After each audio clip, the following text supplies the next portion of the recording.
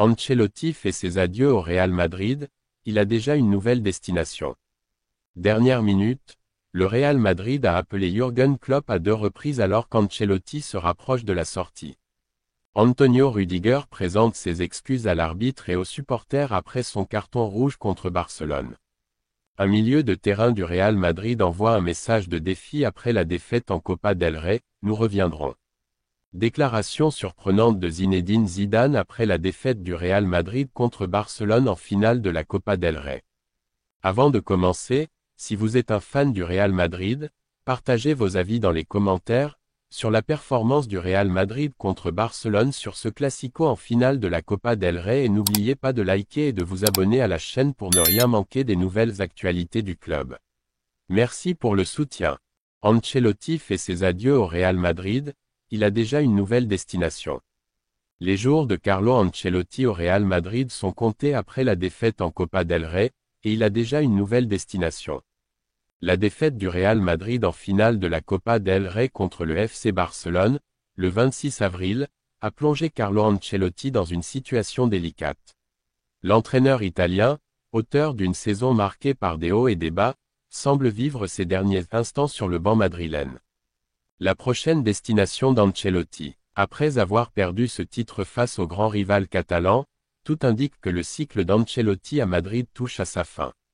Alors que l'Espagne évoque son départ, le Brésil, lui, l'attend avec impatience. La possibilité de voir Ancelotti devenir le prochain sélectionneur de la Seleção prend de plus en plus d'ampleur, comme l'a rapporté Matteo Moretto.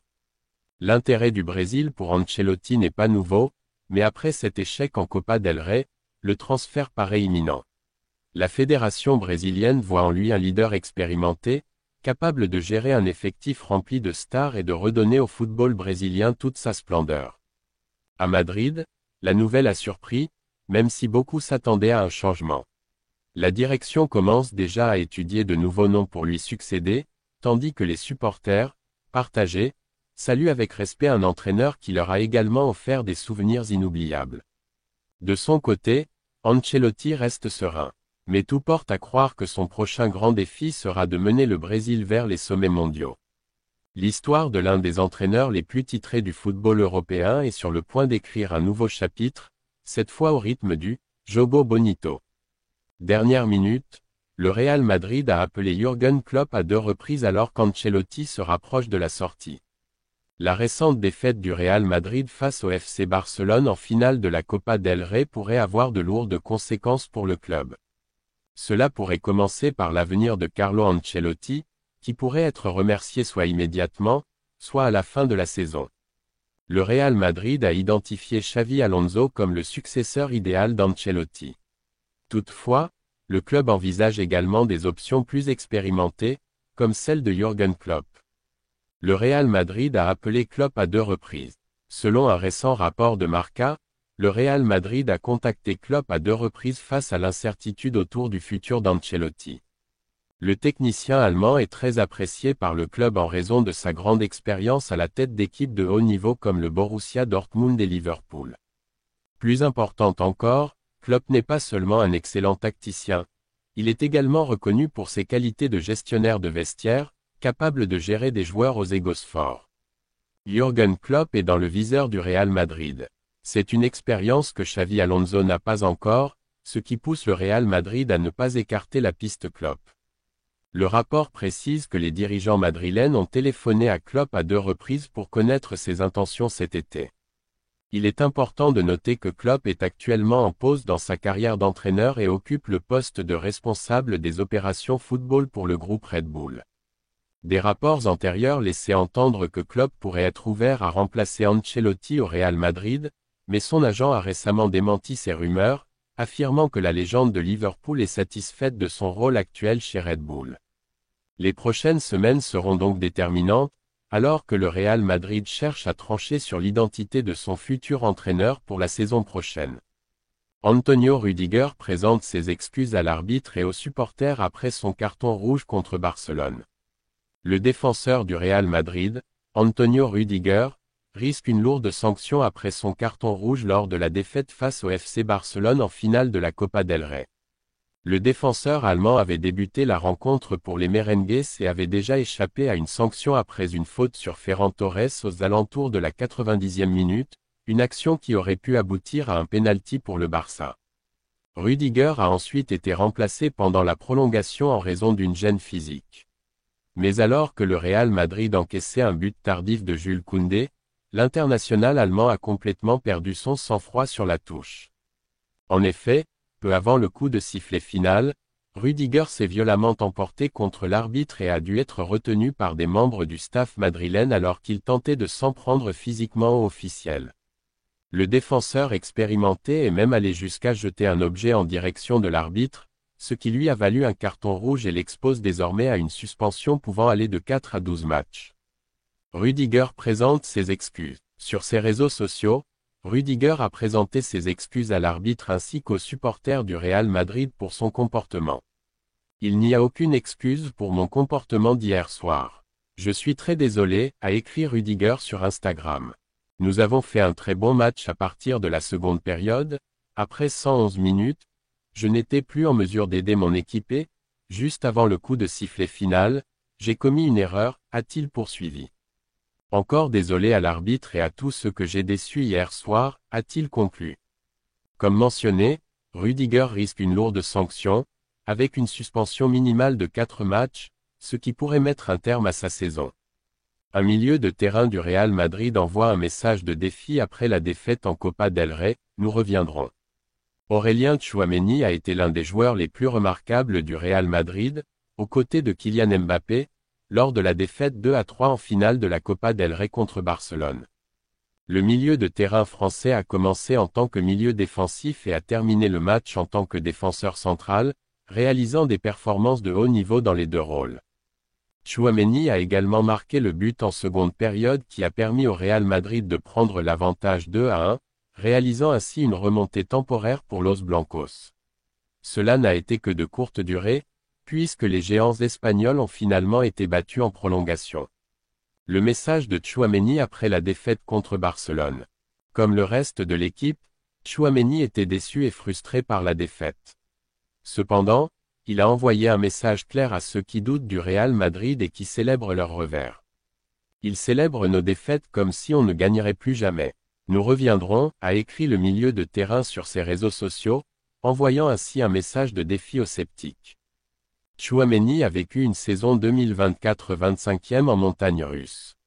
Après une première phase difficile, où il a même été hué par les supporters au Santiago Bernabéu, il a connu une remontée en flèche ces derniers mois. En effet, Tchouaméni a été l'un des joueurs les plus remarquables du Real Madrid ces dernières semaines, se levant au moment où le reste de l'équipe n'a pas pu répondre présent. Hier soir, le Français a réalisé une prestation largement impressionnante et a failli sceller la victoire pour son équipe avec son but avant que Barcelone ne renverse la situation. Le Real Madrid sera de retour en action le 4 mai, lorsqu'ils affronteront le Celta Vigo en Liga, dans le but de rester dans la course au titre. Commentaire surprenant de Zinedine Zidane après la défaite du Real Madrid contre Barcelone en finale de la Copa del Rey. Hier soir, après la défaite cruelle du Real Madrid face au FC Barcelone en finale de la Copa del Rey, 3-2, Zinedine Zidane, l'ancienne légende du club, est apparu devant les journalistes. Son intervention a surpris tout le monde, par sa sincérité et son ton inhabituellement direct. Bon, déjà, je veux commencer par féliciter les joueurs du Real Madrid. Franchement, c'était pas un match facile du tout.